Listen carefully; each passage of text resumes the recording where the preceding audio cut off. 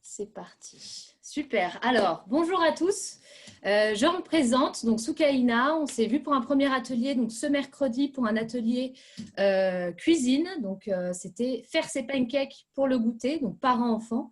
Un atelier qui a bien plu. Merci beaucoup à tous les participants encore une fois. Il y a quelques photos qui ont été mises donc, sur le Facebook, sur la page d'Haute-Savoie Habitat. N'hésitez pas à aller voir, à commenter, à mettre un petit j'aime. Ça fera toujours un petit peu de flux. Donc, ça peut être super. Aujourd'hui, donc, on continue nos fameux ateliers. Pour un petit rappel, donc, ces ateliers sont proposés par Haute-Savoie Habitat et Habitat Service, les conciergeries solidaires de quartier. On a pour objectif un petit peu avec ce temps de confinement qui est assez particulier et compliqué pour nous tous, de proposer des ateliers. On va pouvoir échanger entre nous. Vous allez pouvoir aussi discuter, converser, répondre à des sondages sur différentes thématiques. Donc, comme j'ai pu le dire, on a fait un premier atelier sur la cuisine. Aujourd'hui, la thématique, on a la chance d'avoir avec nous donc mon collègue Mathieu, expert en développement durable, pour une thématique sur comment réduire ses déchets à la maison de façon globale. Donc, on garde le lien. On est là les mercredis et les vendredis de 13h30 à 14h30. Donc, n'hésitez pas. Si vous avez envie de voir aussi sur les mercredis et les vendredis des thématiques différentes, n'hésitez pas à nous envoyer un petit message où on pourra voir ce qu'il est possible de faire. Et en attendant, j'espère que cet atelier va vous ramener pas mal de questions, hein, peut-être à certaines réponses, ou alors des petites astuces qu'on peut mettre en place à la maison.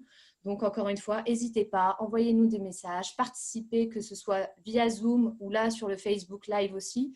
Sur le Facebook, si vous avez des questions, n'hésitez pas à les mettre en commentaire et on les récupérera tout au long de cette vidéo et on essaiera de prendre 5-10 minutes à la fin pour y répondre. Donc voilà, encore une fois, bienvenue à tous. Et Mathieu, je te laisse la parole pour commencer. Oui, merci Soukaina de m'inviter à ce webinaire, hein, deuxième webinaire. Donc, bonjour à toutes et à tous. J'espère que vous allez bien malgré le confinement, tout ça. Donc, écoutez, ce qu'on va faire, il y aura 3 parties. Une première partie avec des infos générales sur des données chiffrées concernant la production de déchets à travers le monde, en France et au niveau local.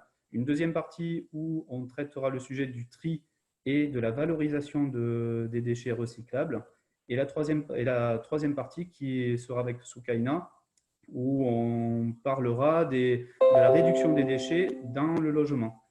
Donc écoutez, là, je vais vous partager l'écran. Vous allez avoir certains documents que je vais vous montrer.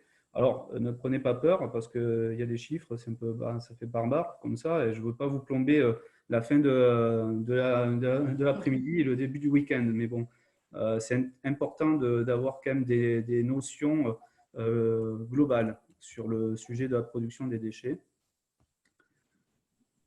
Donc là, je pense que vous y êtes tous. Donc, le premier document que je vous montre, il émane donc du site officiel de la Banque mondiale.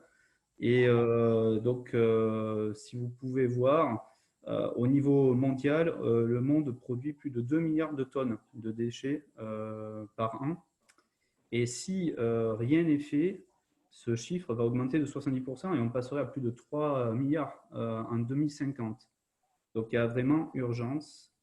Sauf que, voilà, donc là, vous pouvez avoir la deuxième partie de l'infographie où, en partie haute, on voit les différents types de déchets. Et vous pouvez constater que l'alimentaire représente quasiment la moitié, enfin, un peu moins de la moitié, mais des déchets qui sont produits. Et ensuite, on a le papier, le plastique, le verre et le métal. Donc, l'alimentaire, rendez-vous compte, ça veut dire qu'on gaspille énormément d'aliments. Donc, il y a vraiment beaucoup de choses à faire à ce niveau. On en parlera en troisième partie, hein, sous Kaina. Oui, tout à fait. Comment essayer d'optimiser tout ce qu'on a dans nos armoires dans la cuisine, hein. Donc, on peut aussi faire un petit jeter un regard sur la production de déchets par région. Et on peut constater effectivement que l'Asie est en tête, hein, mais ce qui est logique, hein, il y a 4 milliards d'habitants en Asie sur 7,7 milliards de population sur Terre. Et c'est souvent des pays qui sont en développement, donc ils consomment beaucoup de produits et donc ils produisent beaucoup de déchets. Après, il y a l'Europe, l'Amérique du Nord qui viennent en deuxième position, et suivi de l'Amérique latine et de l'Afrique et du Moyen-Orient, qui eux sont quand même des pays vraiment en développement ou sous-développés. D'ailleurs, là, si vous pouvez regarder, j'espère que vous voyez bien, dans les pays à faible revenu, plus de 90% des déchets sont mal gérés. Ça veut dire qu'il y a des mauvaises, la collecte ne se fait pas bien, tout ça, et donc ça aggrave la situation, notamment aux émissions de gaz à effet de serre et des risques de catastrophes également. Donc c'est proportionnel au niveau de ces pays-là par rapport à leur nombre d'habitants également. Donc voilà, ça c'est un peu le premier constat, un constat global au niveau mondial. Ça fait peur, mais il faut essayer de trouver les solutions. C'est vrai que c'est compliqué parce que tout le monde n'est pas logé à la même enseigne, on n'est pas tous au même rythme de niveau de vie et on n'a pas les mêmes besoins. Donc voilà, j'espère que celui-ci vous aura apporté quelques éléments de réponse.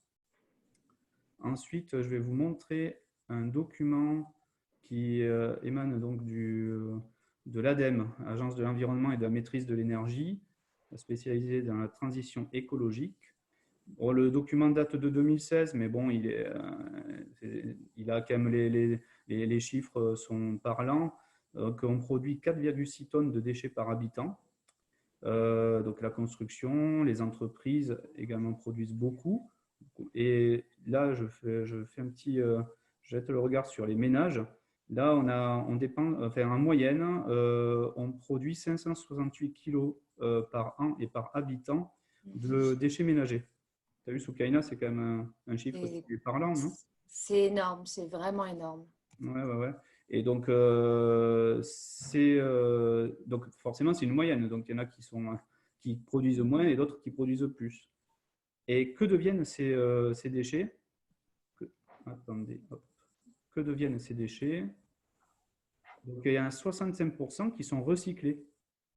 C'est plus de 13% en 10 ans. Donc, ça veut dire qu'on fait beaucoup d'efforts en France pour recycler les déchets. Et 29% sont éliminés, donc moins 15%. Donc, on voit bien le fait qu'on recycle plus et qu'on élimine moins. Et on valorise quand même certains déchets qui ne sont pas recyclables. Donc, c'est pour produire de l'électricité, notamment. La partie base du document, donc c'est pour montrer que le recyclage, il approvisionne l'industrie de la papeterie, papetière, et également la sidérurgie, l'industrie du verre et de la plasturgie. Donc, on reviendra sur la deuxième partie, sur cette partie valorisation. Et également, le recyclage permet de créer des emplois, plus de 108 000 emplois directs. Donc, j'imagine pour l'année 2016, et peut-être que plus maintenant. Et donc, du coup, après, il y a 17 millions de tonnes de matières premières évitées. Donc, ça contribue quand même à faire baisser les émissions de gaz à effet de serre. Voilà, donc le dernier document que je vais vous montrer, c'est un document qui est issu du site internet Cidéphage. Je ne sais pas si vous connaissez, pour certains d'entre vous qui êtes peut-être locataires dans le Genevois, tout ça, c'est le centre de collecte des déchets. Et donc là, vous pouvez vous apercevoir qu'il y a… Donc, vous savez très bien qu'effectivement, vous avez en bas de vos immeubles des bacs de tri, hein, ou sinon, vous devez apporter volontairement les bouteilles, tout ce qui est bocaux en verre, tout ça, dans des apports volontaires, on dit. Ou sinon, il y a des molocs également. Donc, comment sont valorisés ces déchets? C'est ce qui est très important parce que c'est vrai qu'on trie, mais on ne sait pas trop qu'est-ce qu'il en est fait de ces déchets. Donc, du coup, comme je disais avant, les ordures ménagères qui sont non recyclables, eh ben, elles sont incinérées et valorisées en vapeur et en électricité. Par contre, les ordures ménagères recyclables, on comprend le plastique, le carton, le papier, le verre, le métal, servent à faire de nouveaux produits. Et ces ressources, c'est donc en faire des ressources et des nouveaux emplois. Donc, au niveau du plastique, Soukaina, Oui. la bouteille d'eau minérale, qu'est-ce que ça devient, la bouteille d'eau minérale? À quoi ça sert? À quoi on peut fabriquer? Très bonne question. Je sais que les bouchons, on peut les réutiliser pour, après pour les redonner. Il y avait une grande campagne, je me rappelle, il y a quelques années, pour des fauteuils roulants, ce genre de choses.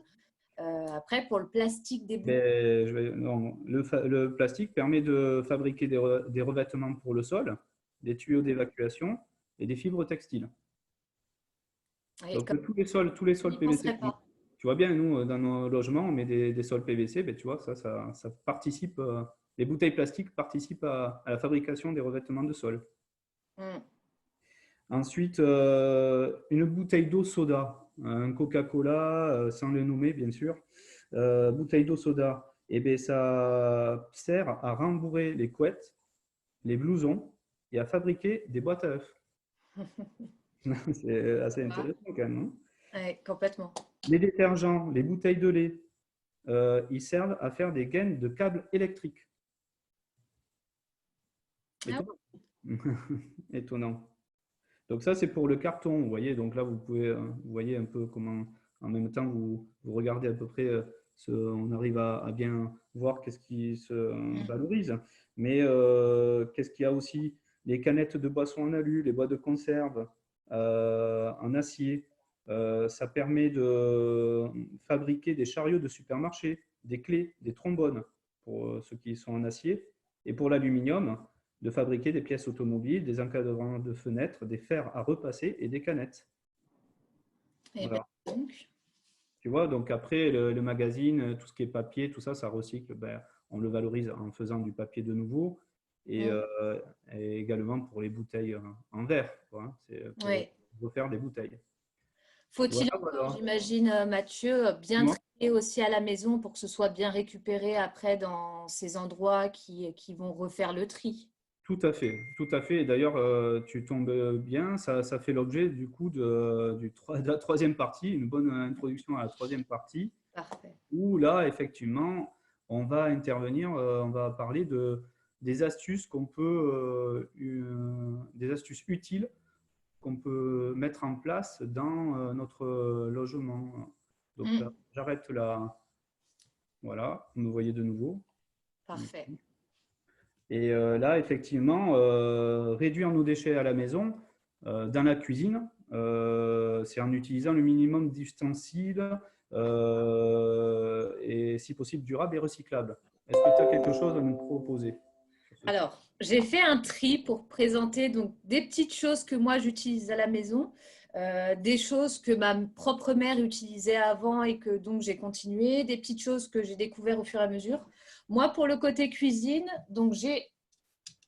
Alors, je vais enlever mon fond d'écran pour que vous puissiez bien voir. Voilà.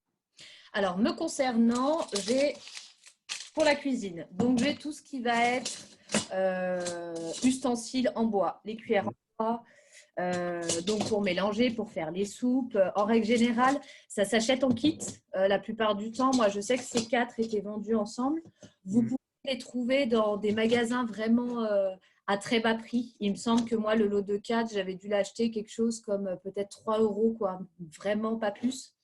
Donc moi, j'ai ça en bois et après, je vais avoir d'autres couverts, donc des couteaux pour enlever les zestes, donc des citrons aussi, les petits couteaux et tout ça, donc le fouet. Et moi, tout ça, je vais les avoir en inox, un peu comme les casseroles. Où l'inox, on va remarquer, donc oui, je suis très bien équipée. Donc pareil, C'est c'est fait pour la vraiment quelque chose. cuisine. Exactement, on reprend l'atelier cuisine de mercredi dernier. Non, c'est vraiment des choses, ça colle pas au fond de la casserole, ça dure super longtemps. Moi, j'ai des plaques électriques à la maison, ça fonctionne très très bien, ça marche pour du gaz aussi, donc à feu. Donc ouais, pour la cuisine, moi pour cuisiner en tout cas, Ouais, tu es bien équipé et je vois que tu utilises vraiment des ustensiles qui sont durables, Mm. hein, donc tu es une bonne élève. à ce Merci. niveau. J'essaie, j'essaie. Après, il faut essayer de ne plus utiliser des essuie-tout également. Les fameux essuie-tout. Alors pareil, après en avoir discuté avec Mathieu, on s'est rendu compte qu'on avait tous les deux un peu ces petits torchons, donc des torchons tout classiques en microfibre, qui sont super utiles pour nettoyer les tables, pour passer un petit coup, pour tout simplement vous nettoyer les mains. Moi, c'est des petites choses comme ça que j'ai toujours à côté de mon lavabo. Et également, les fameuses serviettes en tissu. Donc ça, pour nettoyer sa vaisselle, Mm. recouvrir son pain, si on fait du bon pain maison pour que le levain prenne bien, recouvrir le pain avec, ou alors du pain, la baguette de pain que je vais acheter à la boulangerie pour éviter qu'elle sèche trop vite, Mm. enrouler dans le tissu aussi pour qu'il devienne moins dur, moins rapidement. Donc moi, j'ai aussi ça en plus à la maison. Ouais, c'est bien, c'est bien. Bannir les emballages plastiques, comment fait-on? C'est vrai que c'est pas évident, c'est un problème, hein. C'est vrai qu'on se retrouve automatiquement avec du plastique qui est pas Complètement. recyclable Mm. et qui, je ne sais pas si vous êtes au courant, Soukaina et vous les participants, du sixième continent, sixième continent qui se trouve au milieu du Pacifique. Et vous avez pu voir des images à la télé, c'est catastrophique. Euh, Complètement. Plein de plastique partout. Donc, c'est vrai que ça, c'est le gros souci. Comment bannir ce plastique-là? Et toi, je ne sais pas, Soukaina, est-ce que tu as réussi à Petites plus ou moins astuces. à des petites astuces? Alors, clairement, pas mal de choses à la maison, je les achète en magasin. Donc, on a forcément l'emballage en carton autour ou alors un peu de plastique. Après, dans l'idéal, il y a plein de petites choses et plein de petits gestes où je pense où on peut lutter contre cette consommation en trop de plastique. Moi, je pense par exemple au thé. Le thé, le café, les choses qu'on boit clairement quotidiennement et voire plusieurs fois par jour. Moi, depuis quelques temps, j'achète mon thé en vrac. Donc, j'ai des petites boîtes avec, alors je vais essayer de pas trop renverser, avec tous mes petits différents thés à l'intérieur, donc différents goûts, etc. Des petites boîtes assez sympas que vous pouvez trouver soit en magasin, euh, voilà, pour pas très cher. Vous en avez qui sont un peu plus sophistiqués, pardon. Donc voilà, après, tout dépend ce que vous voulez. Après, j'en ai aussi dans des petits bocaux individuels, pareil, où c'est mon petit thé. Il y a le contour qui permet de ne pas perdre le goût et l'odeur donc, du thé. Et Mm. encore une fois, je l'achète qu'en vrac. Je pense que clairement, moi, si je fais un comparatif entre Oui. acheter un petit sachet et du coup jeter à la poubelle, donc que je recycle pas forcément, parce que malheureusement, j'ai pas de composteur près de chez moi, et quand je l'achète en vrac, l'économie que je fais dans cet achat, elle est juste impressionnante. Et après, pour consommer ces fameux thés en vrac, moi j'ai les petits donc infuseurs en métal, donc qui durent bien. Donc soit celui qu'on ouvre, ajoute son petit thé à l'intérieur, ou alors un autre que j'ai trouvé il n'y a pas très longtemps quand j'en discutais avec Mathieu. Alors celui-ci, je l'ai acheté à Leclerc pour, je crois, 1,50 € ou 2 €, quelque chose comme ça. Donc, la forme est super sympa, je trouve. Donc, c'est un petit cylindre avec les petits trous qu'on voit en bas pour bien laisser infuser. Et donc, on met dans notre verre à thé. Et voilà. Côté allier Oui. le plaisir à l'agréable pour et le côté un peu sympa. Très, très bien. Donc, moi, Oui, j'ai un peu ça pour l'achat de vrac. ouais. Et ben, du coup, Après, après, comment tu fais pour gaspiller le moins possible de produits? Bon, parce que le but, vous comprendrez tous et toutes, c'est qu'effectivement, il faut voir déjà ce qu'on a dans le placard mm, et essayer de trouver des recettes intéressantes avec tout ce qu'on a. Et éviter mm, de jeter les restes. Donc, c'est vrai que c'est pas si évident, hein, des fois, mais imaginons une salade. C'est clair que la salade, quand tu l'achètes, des fois, ben, il t'en reste toujours un peu, et donc on a tendance à la jeter si 2 jours après, elle est toujours dans le frigo, quoi.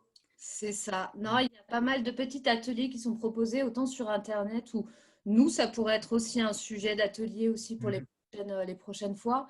Il y a énormément de recettes de cuisine qui permettent soit de récupérer des aliments, donc les tomates, les bananes, ce genre de choses, donc des fruits et légumes comme on dit, fatiguées, un peu moches, on peut les récupérer pour les transformer vraiment et faire quelque chose de juste splendide avec. Après, la chose à faire, je pense, c'est de mesurer un peu quand on va préparer à manger ou faire quelque chose, de bien prendre les quantités nécessaires. Si vous êtes deux, essayez de prendre des quantités à deux et pas à faire par quatre. Là, pareil, je reviens sur l'achat. Je pense que quand on achète soit en vrac, soit en paquet, il faut faire attention à la durée pour combien de temps ça va mettre pour périmer. Donc, le temps qu'on a pour le consommer. Certains produits un yaourt, on peut le garder quelques jours de plus. Hein. Oui, c'est vrai qu'on a… lever les idées reçues, parce qu'en gros, un yaourt, on peut le manger quelques jours après. Hein. Oui, c'est vrai que sur les étiquettes, tu sais, Mathieu, le Oui. consommer jusqu'au et à consommer de préférence jusqu'au. Et c'est vrai qu'il y a plein de choses. Je sais que par exemple, le chocolat. Le chocolat, je crois, c'est une bonne année après la date de péremption qu'il y a sur l'emballage. Oui, tout à fait. Ouais. S'il est bien gardé, effectivement. Très bien, effectivement. Donc là, par rapport à la cuisine, il y a plein d'autres astuces, hein, effectivement, mais bon, on pourrait peut-être, ça pourrait faire l'objet d'autres ateliers, pourquoi pas. Oui. Je vois des petites suggestions aussi en même temps. Exactement. Emeline, à tout le monde. Alors, elle dit donc d'apporter son sac à pain à la boulangerie, comme on le fait désormais beaucoup à la pharmacie. Ça évite le papier utilisé dans les boulangeries pour donner le pain aux clients. C'est une superbe idée, Emeline, c'est vrai. Ça me permet de rebondir, Mathieu, si tu me permets, pour parler des fameux petits sacs en tissu. Oui. Pour dire ce que Emeline vient de dire. Pareil, pour faire ses courses. Alors, Émile a complètement raison. C'est vrai qu'en boulangerie, quand on va prendre soit le pain, soit des petites viennoiseries, il y a toujours le petit sachet en papier marron qui est utilisé. Moi, je sais que pour mes courses, j'utilise les petits sacs en tissu. Avec des petits messages dessus ou ce genre de choses. Et il y en a de différentes tailles. Alors, c'est vrai que ça peut, quand on a… Ça peut être, c'est pas pratique. C'est ça. Ça peut être pas très pratique quand on est famille nombreuse ou quand on fait des courses conséquentes. Mais vous voyez, là, c'est un tout simple fin. J'en ai un autre qui a vraiment des lances un peu plus épaisses et qui a donc l'épaisseur sur le côté pour faire des courses plus conséquentes. Ça, c'est le genre de choses. Celui-là vient de Leclerc. Pareil, vous pouvez acheter pour pas très cher. Et oui, c'est vrai, pensez toujours à avoir vos petits sacs en papier. Et ça évite d'acheter à chaque fois des sacs cabas. Exactement. Vu le prix en plus que ça coûte depuis que c'est passé interdit d'en distribuer en caisse. Pour la cuisine, disons que on n'a pas fait le tour, bien sûr, il y a plein de choses qu'on peut peut-être apporter par la suite. On va autour de la salle de bain maintenant, on va faire un petit tour dans la salle de bain. C'est parti. Et utiliser des produits écologiques, qu'est-ce que tu as à nous proposer? Alors, pour les produits éco, alors pareil, on fait ce qu'on peut avec ce qu'on a et les moyens surtout financiers qu'on a parce que voilà, il y a que ce soit pour la cuisine, la salle de bain ou la maison. Malheureusement, certains produits qui sont bons pour l'environnement peuvent être un petit peu au-dessus des moyens de certains ménages. Moi, pour la salle de bain, je vais commencer par le côté un peu hygiène et le côté dentaire. Pareil, quand j'ai fait mes petites courses, j'ai découvert, toujours à Leclerc, un petit placement de produit là. Publicité. Mais en tout cas, vraiment, je trouve que c'est de toute façon une grande surface qui est vraiment pas chère et qui a sa propre marque, qui est donc marque Repère. Et j'ai pu voir qu'ils proposent donc des brosses à dents 100% recyclées. En fait, le manche est en bambou et les poils de la brosse à dents sont aussi des poils microfibres qui ont été recyclés également. Les brosses à dents, c'est vrai que c'est quelque chose qu'on va changer pratiquement tous les 3 mois, 4 mois pour le côté hygiène. Et en fait, il faut savoir que dans les brosses à dents, reprends-moi Mathieu si je me trompe, mais il me semble que les brosses à dents ne sont pas recyclables. En tout cas, pas toutes. En tout cas, pas toutes. Et en plus, le plastique, c'est du plastique qui n'est pas recyclable. Exactement. Et donc, en fait, ils proposent, donc, je crois qu'elle a coûté entre 2 ou 3 euros. Donc, forcément, bien évidemment, entre le prix d'une brosse à dents classique et celle-ci, c'est un petit peu plus élevé. Mais franchement, voilà. On a le manche en bois, on n'a pas ce côté plastique si ça reste dans le petit verre avec le fond d'eau qui devient un peu bizarre, etc. Ou alors, il y a aussi la marque Signal. Donc, Signal brosse à dents classique aussi. Qui propose donc des brosses à dents. Par contre, qui est en manche plastique. Donc, le manche en plastique est recyclé et il est recyclable. Donc là, il a été fabriqué avec du plastique recyclé. Et en plus, quand je le jetterai, je peux le jeter donc, dans la poubelle jaune pour pouvoir le recycler à la fin. Donc, les petits trucs sympas pour les brosses à dents. Et j'ai aussi pour la salle de bain d'autres petites choses, mesdames. Non, tu as du savon aussi? Oui, j'ai du savon. Voilà, alors, je présente. Moi, c'est mon petit. Donc, pour la maison, voilà, c'est le côté. Moi, j'ai un gel douche, donc qui est en plastique. Mais le petit truc en plus, c'est que le gel douche est vegan. Alors, j'explique le pourquoi. Il est connu en fait que malheureusement, tout ce qui est shampoing, produits, etc., il y a des produits dedans qui sont mauvais pour l'eau. Et il faut savoir que quand on se douche, quand on se lave les dents, etc., l'eau est contaminée par nos propres produits qu'on utilise à la salle de bain. Donc, il y a le petit geste de ma part où je vais utiliser que des gels douche ou des shampoings ou après-shampoings, donc même pour mes soins, qui vont être un maximum sans produits chimiques. Mais le plastique, après, lui, on peut avoir le geste de le jeter dans la poubelle jaune pour que le contenant soit bien recyclé. Autrement, le petit truc que j'aime moi en plus, c'est quand je vais en week-end chez les copains ou quand je pars en vacances et que je suis limitée dans ma trousse de toilette, j'ai ça. Donc, en fait, c'est une petite boîte, un petit rangement qui est donc recyclé avec des feuilles de bananier. Et en fait, dedans, j'ai mon savon dur. Tu mets ton savon, ouais. Ouais, mon petit savon dur qui fait shampoing et savon pour le corps classique. Et donc, je l'ai toujours dedans comme ça. Et ça me fait vraiment un petit étui juste génial. Ça suffit amplement. Et le dernier petit truc que j'aimerais bien montrer, Oui, vas-y, ouais. permet pour mesdames.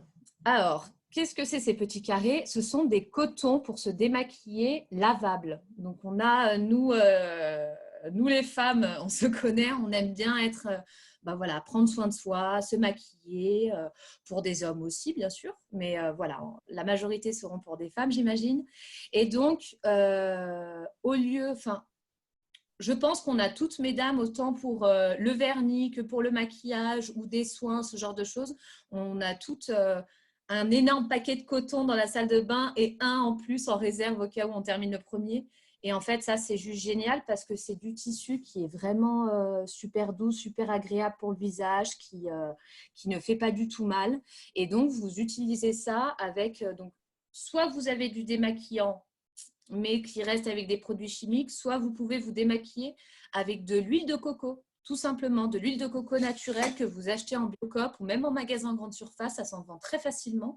Et en fait, vous huilez vos mains et vous vous démaquillez, vous rincez le visage tout simplement et vous passez un petit coup avec donc ces petits carrés de tissu et ça vous démaquille et en plus, l'huile de coco vous permettra d'hydrater votre peau. Enfin, c'est juste ces petites lingettes, ces petits carrés, c'est juste un bijou. Ah, mais c'est très bien, hein. Finalement, il y a pas mal de choses à explorer, hein. Hein, Exactement. Il y en a d'autres, hein. Alors, je vois Juliana a laissé un petit ah, mot oui, pour les brosses à dents. Il y a aussi des brosses à dents avec donc tête changeable. Oui, oui. d'accord. Oui. Il y a aussi des brosses à dents. Vous avez le petit manche qui est pareil, qui est fait en recyclé ou alors en bois aussi. Et en fait, vous avez juste à changer et en fait, ça se goupille très, très bien. Et après, on pourrait passer au niveau de la chambre, hein, parce que au niveau des chambres, il y a aussi pas mal de choses qu'on pourrait faire du rangement déjà. Je pense qu'en cette période de Complètement. confinement, pour certains et certaines, ça a été le cas de figure. Complètement. Et c'est vrai que, enfin, on a vu ces dernières années, ces derniers temps, beaucoup de polémiques autour de la consommation un peu à outrance, hein. C'est vrai qu'on est dans une société où on consomme énormément et notamment beaucoup de vêtements, hein. D'ailleurs, c'est vrai que les grandes marques font tout pour nous inciter à acheter. Et de ce fait, je pense que la période de confinement nous fait beaucoup réfléchir sur ce sujet parce qu'on est plutôt en période de décroissance, hein. On consomme beaucoup moins, hein, et c'est le bon moment peut-être pour se poser les bonnes questions. Donc, rangement, premièrement, et deuxièmement, pourquoi pas vendre ou donner les vêtements qu'on a, qu'on n'utilise plus. Et toi, qu'est-ce que tu en penses, Soukaina, à ce niveau? Est-ce que tu as fait des efforts dans ce sens? J'essaie. Alors, autant je fais des efforts là pour. Alors, dans un premier temps, je pense qu'il y a, voilà, il y a tout le côté, comme l'a dit Mathieu, donc à faire son rangement. Et il va y avoir tout ce qui va être associatif, donc pour les personnes qui sont dans le besoin. Donc là, je vais penser à Emmaüs qui prend donc ses dons, autant vêtements. Si vous avez des enfants en bas âge qui ont grandi maintenant, donc pour les jouets aussi, tout ça. Donc on a Emmaüs. Il y a énormément aussi depuis plusieurs années des bandes textiles qui s'installent un petit peu partout dans les communes, dans les villes, près des écoles en règle générale ou des lieux en tout cas beaucoup fréquentés. Donc, n'hésitez pas quand vous faites le tri, si vous ne voulez pas donner à des proches ou à des amis, n'hésitez pas à les mettre dans ces bacs-là, dans ces bornes-là, qui peuvent être très utiles pour des personnes qui sont dans le besoin.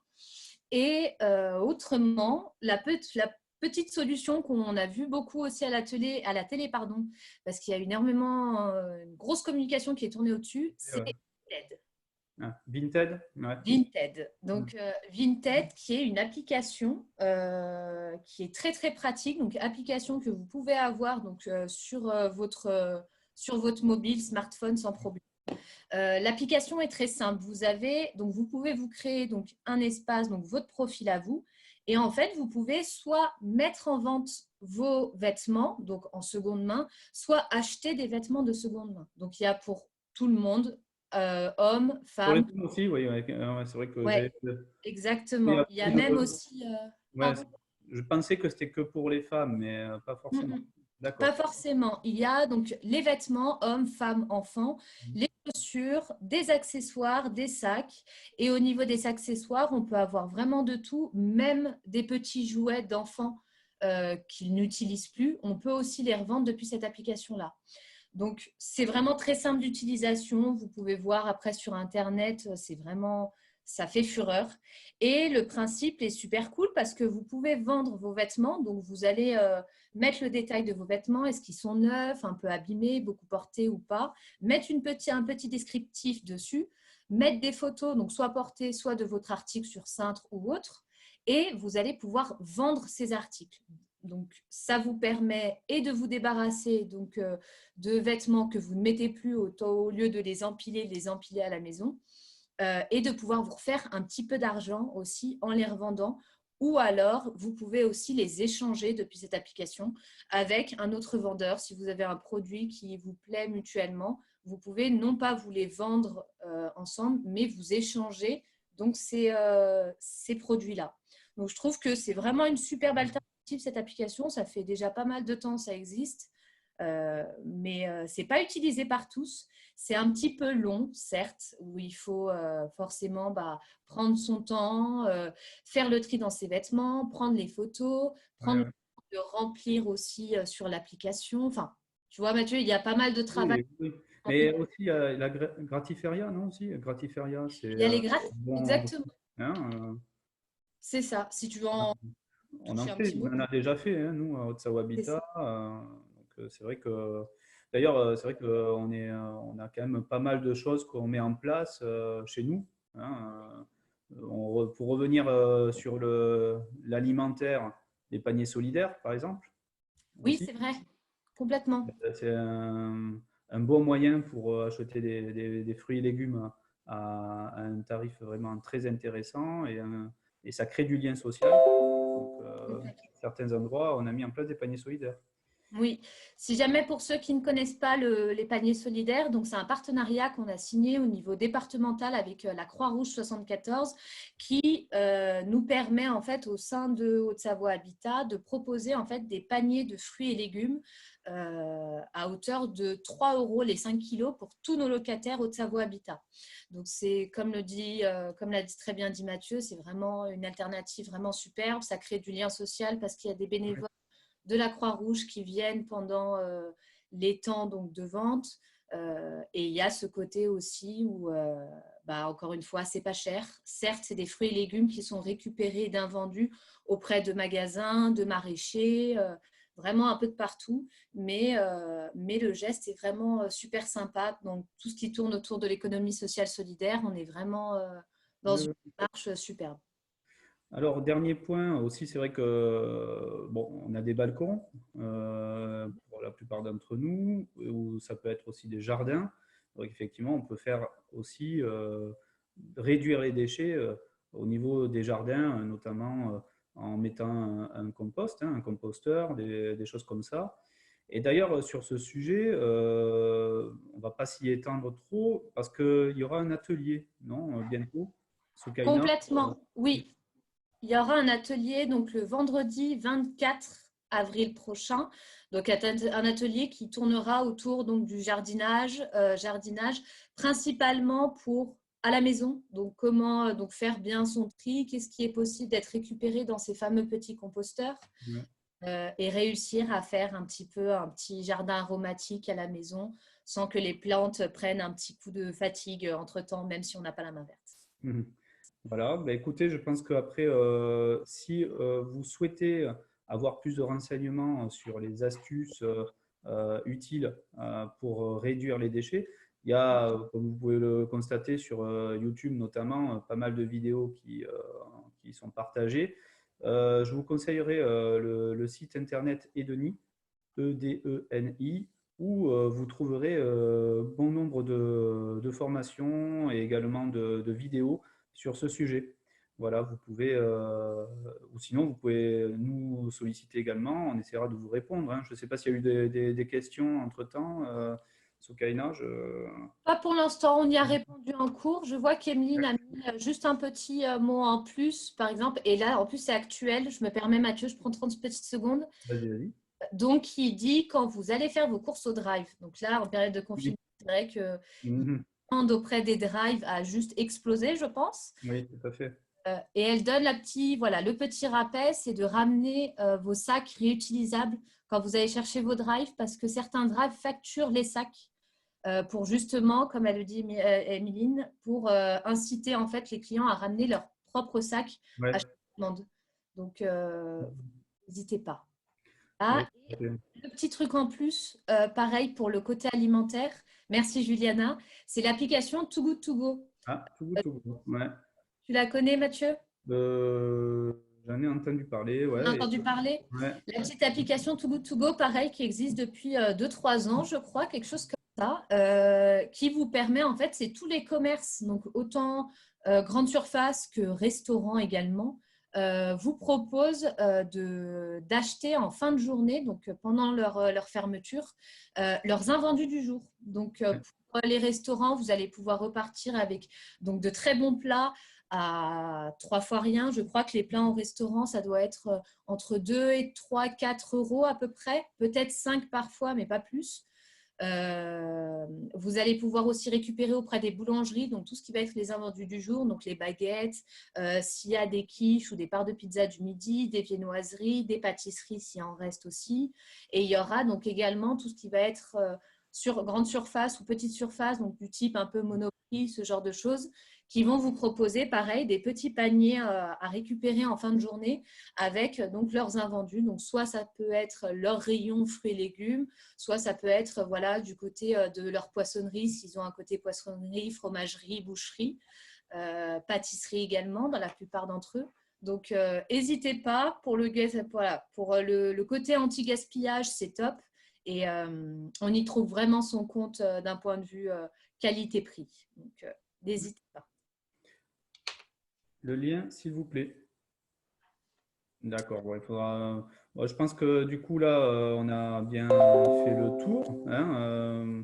J'espère que vous avez apprécié l'intervention, notre intervention. Et voilà, je te laisse peut-être la conclusion, Soukaina. Oui, Mm. bon, ça va être pour les liens, donc que ce soit sur les pages YouTube ou alors pour le listing là, de ce qu'on vient de vous proposer pour, comme Too Good To Go, Vinted, etc. Je vais faire un article, on va vous faire un petit article sur la page Facebook de Haute-Savoie Habitat. Donc, n'hésitez pas à aller voir à partir de cette fin d'après-midi ou alors dans le week-end pour aller récupérer un peu toutes ces infos qu'on a pu vous partager aujourd'hui. Autrement, Mathieu, je te remercie de ta présence aujourd'hui. Merci de m'avoir invité et j'espère que tout le monde était content de nous. J'espère aussi, ça en Voilà. a tout l'air en tout cas. Donc, merci beaucoup. Merci à vous pour votre présence. On revient mercredi prochain pour un autre atelier pour toujours enfants-parents. Et vendredi prochain également pour un petit atelier sur les recettes faciles de cosmétiques et de petits produits ménagers à faire à la maison avec très peu de matériel, presque rien, juste un saladier et de quoi mélanger. Des produits du type, pareil, savon de Marseille, bicarbonate de soude ou pour le côté cosmétique du miel, le marc de café. Enfin, on va voir tout ce qu'on va pouvoir récupérer. Regardez bien vos emails pour pouvoir le recevoir en fin de journée. Et écoutez, je vous souhaite à tous une très bonne fin de journée, un bon week-end et à très bientôt. Bon week-end à vous. À très bientôt, Mathieu. À bientôt.